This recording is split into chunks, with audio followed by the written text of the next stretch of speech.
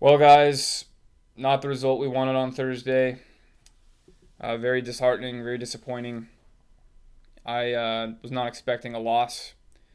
I get very upset when the Bucs don't win. Doesn't make me happy. Puts me in a bad mood, and it has for the past couple days. It always does.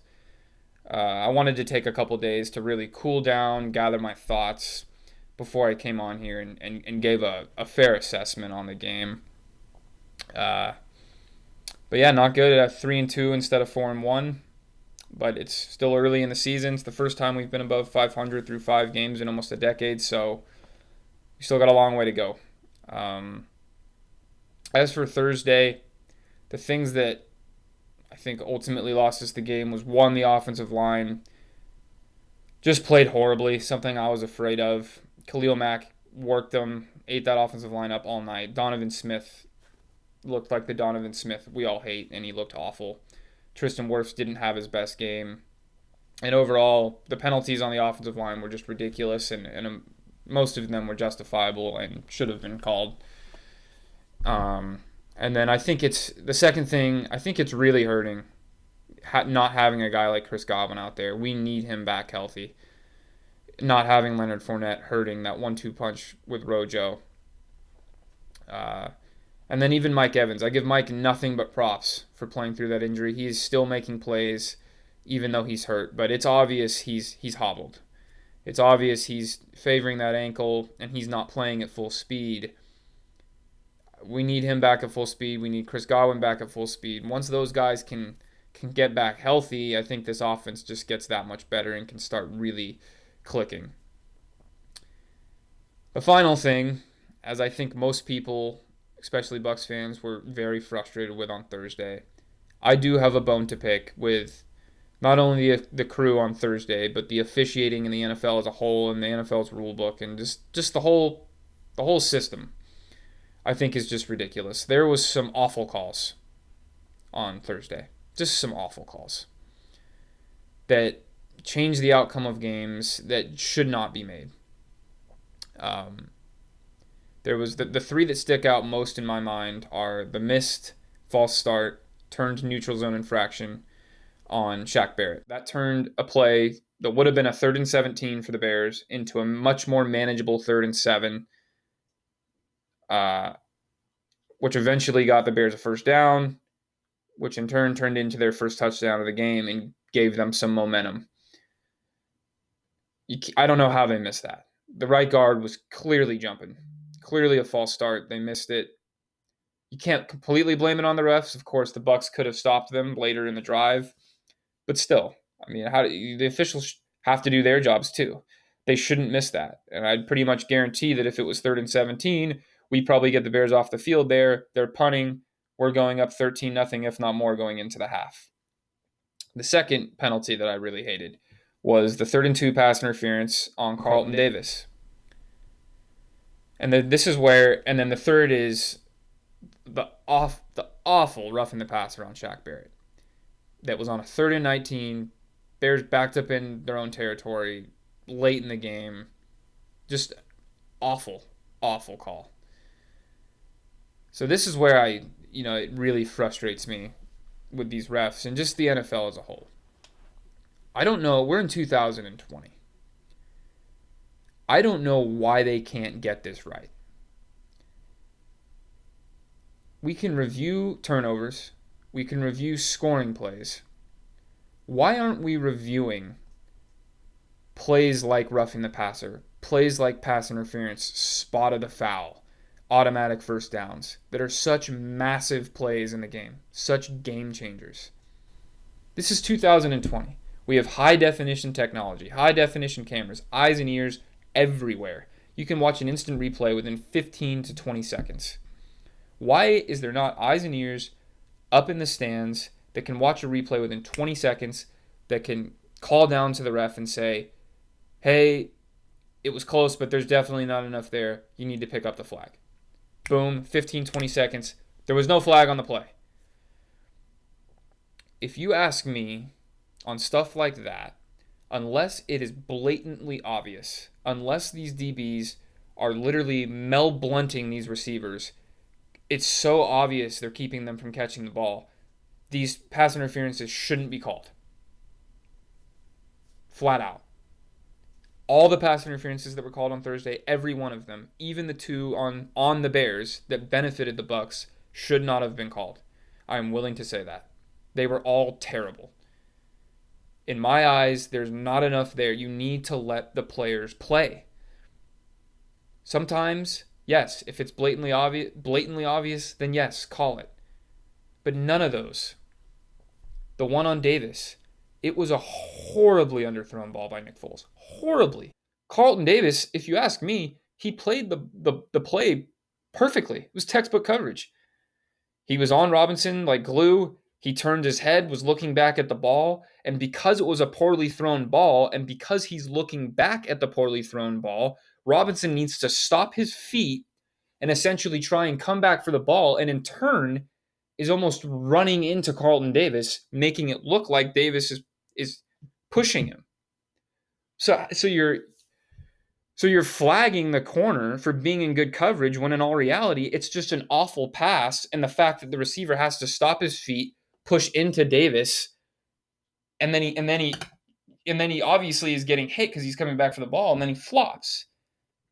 So you're essentially giving the Bears a free first down because Nick Foles throws an awful pass. And again, that's on a third down play that leads to an automatic first down. The Bears probably would have ended up punting. Now, I will say this. You do need the refs still on the field.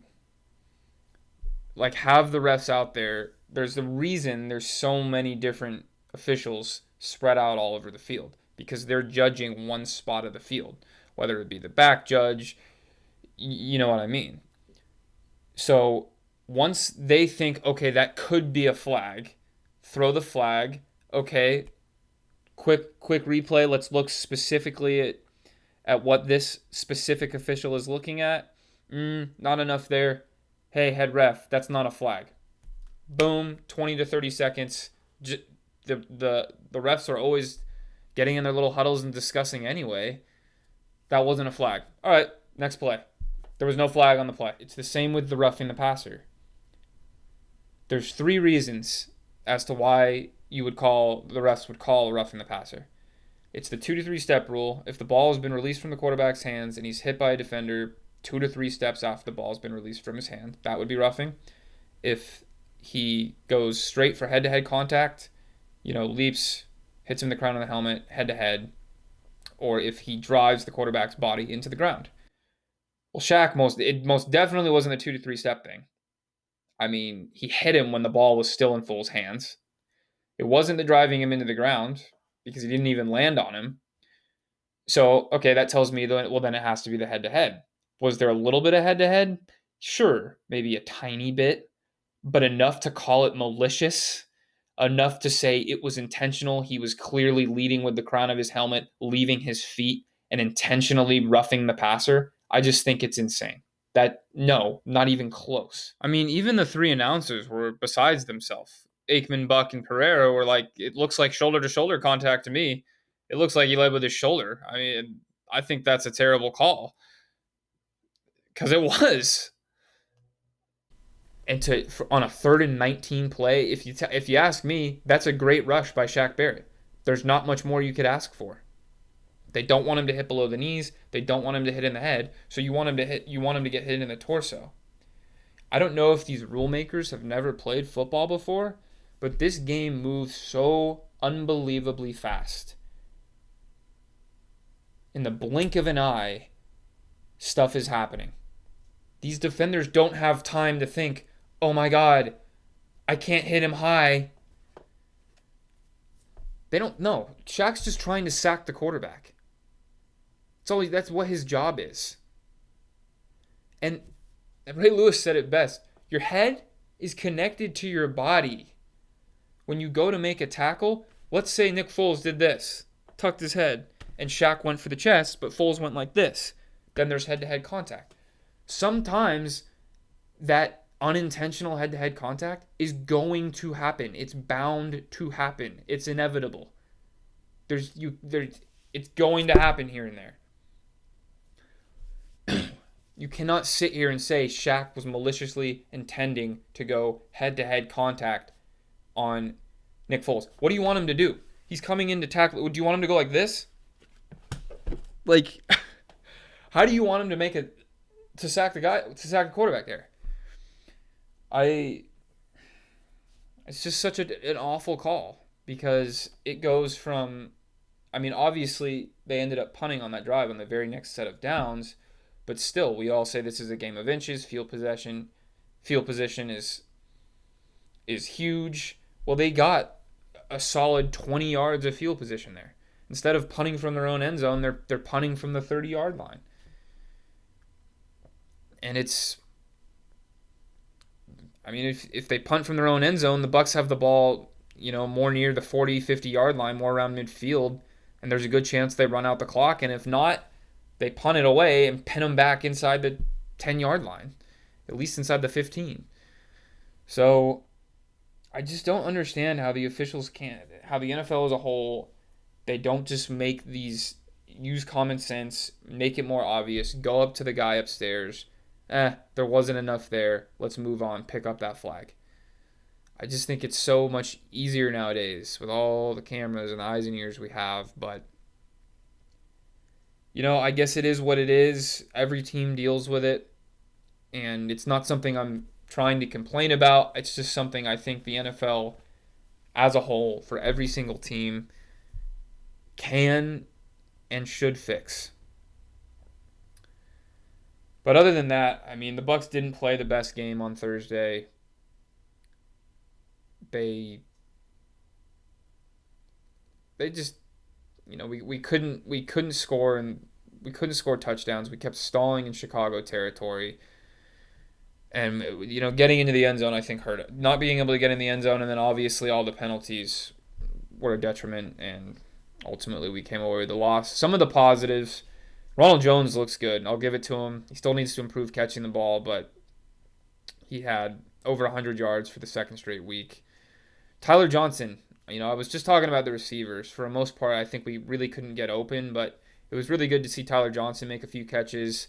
Had that awesome run after the catch on that big 35-yarder early on in the game, and I thought he looked pretty good. And then I thought the defense played fairly well.